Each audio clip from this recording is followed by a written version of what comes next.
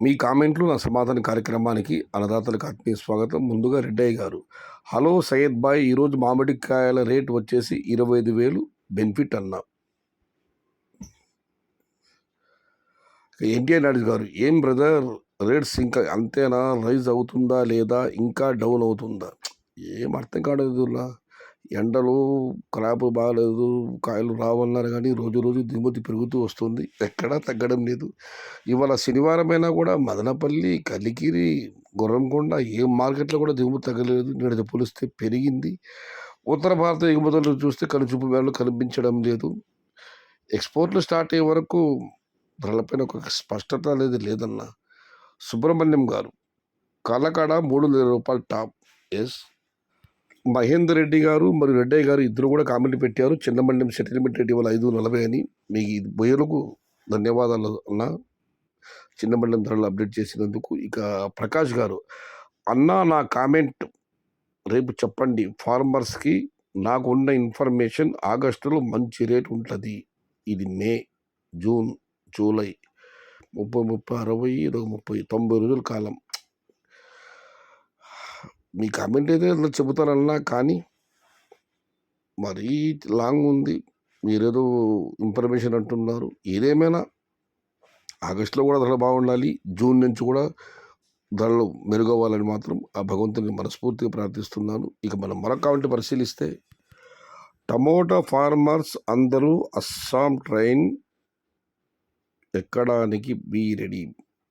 దీన్ని యూట్యూబ్ అనేవి రిప్లై ఇచ్చారు మహేష్ గారు.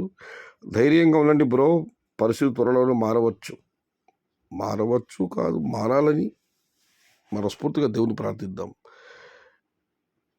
ఇక ఆంజనేయులు గారు, టమోటా పూత పిందె గల కాయ పండ్లు కాయల నో గ్రోత్.